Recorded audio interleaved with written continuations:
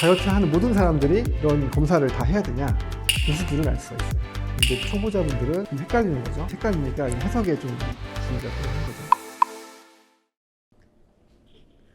안녕하세요. 살 빼주는 의사오빠 김지수 원장입니다. 네, 알 수 있습니다. 우리 몸에 3대 영양소가 있는데 탄수화물, 지방, 단백질 이 세 가지가 있죠. 세 가지 영양소 중에서 에너지가 쓰이는 순서가 있어요.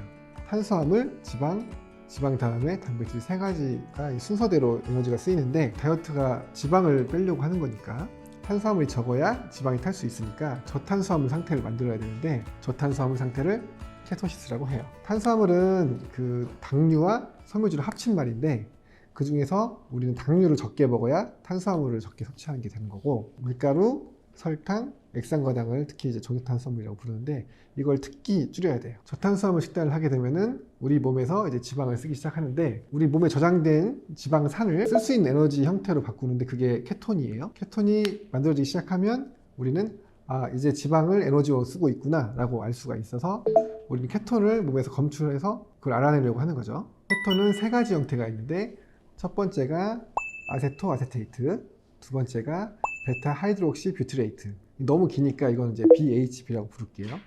세 번째는 아세톤이에요. 1번 아세토 아세테이트는 에너지원으로 쓰이려면 BHB로 변환이 돼야 되는데 변환되지 못한 아세토 아세테이트는 물에 녹아서 소변으로 배출이 돼서 소변 검사상에서 검출할 수가 있어요.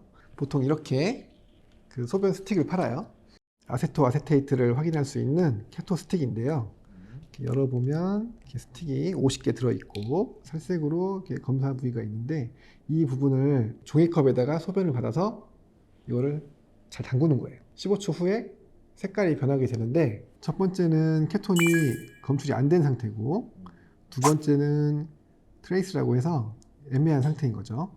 세 번째와 네 번째는 적정한 양의 케톤이 나오니까 우리가 권장하는 상태이고 네 번째, 다섯 번째는 케톤이 과도하게 나오고 있는 상태예요. 정확한 숫자는 알 수가 없지만 대충 범위는 알 수 있기 때문에 케톤이 나왔다 안 나왔다, 아세테이트가 나왔다 안 나왔다 정도는 알 수가 있어요. 다이어트 하기 전에는 음성, 다이어트를 시작해서 케토시스가 진입이 되기 시작하면 양성, 그러다가 잘 진입이 돼서 잘 유지가 되면은 다시 음성이 나오기 시작하니까 이걸 처음부터 끝까지 쓰긴 어렵고 처음에 시작할 때 내가 케토시스에 진입했는지 확인할 때는 유용할 수 있는데 계속 쓰면 음성이 나오니까 계속 쓸 수는 없겠죠. 제 생각에는 일주일에서 2주일 사이에 매일 해보시는 거는 괜찮을 것 같아요. 케톤 중에 두 번째 BHB는 소변을 검출이 안 되기 때문에 혈액 검사를 해야 되는데 이렇게 혈당기 같이 생긴 검사 기구가 있어요.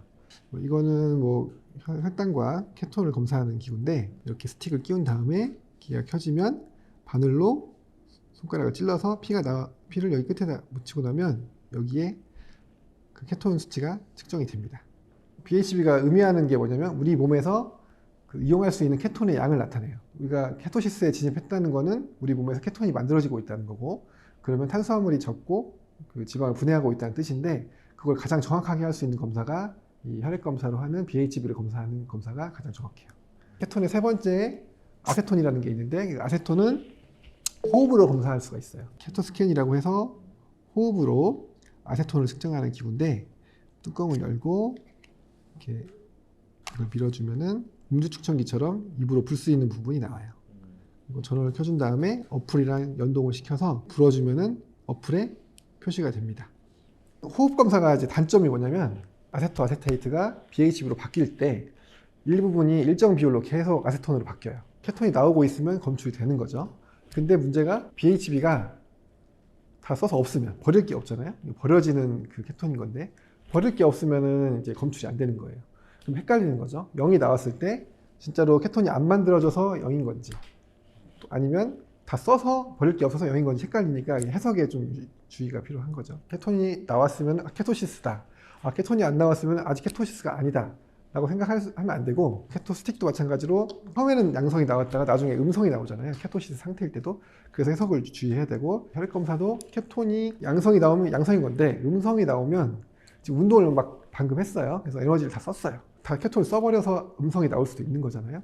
내가 방금 운동을 했으면 케톤을 다 썼겠구나 라고 생각을 하고 해석을 해야 되는데 그걸 단순히 양성이면 좋고 음성이면 안 좋다고 생각하시면 안 돼요. 이런 걸 잘 이해를 하시면은 이 검사가 되게 도움이 많이 되고 케톤이 나오고 있는 상태여야 지금 지방이 녹고 있는 거니까 다이어트가 효율적으로 잘 이루어지겠죠. 우리가 케톤 검사를 하는 이유는 다이어트를 처음 시작하고 일주일에서 2주일 사이에 케토시스에 들어가게 되는데 그 케토시스에 진입했는지를 확인하려고 검사하는 이유가 하나 있고, 두 번째는 케토시스에 진입한 다음에 다이어트가 잘 유지되고 있는지 확인할 때, 중간중간에 확인할 때 필요해요. 다이어트 하는 모든 사람들이 이런 검사를 다 해야 되냐?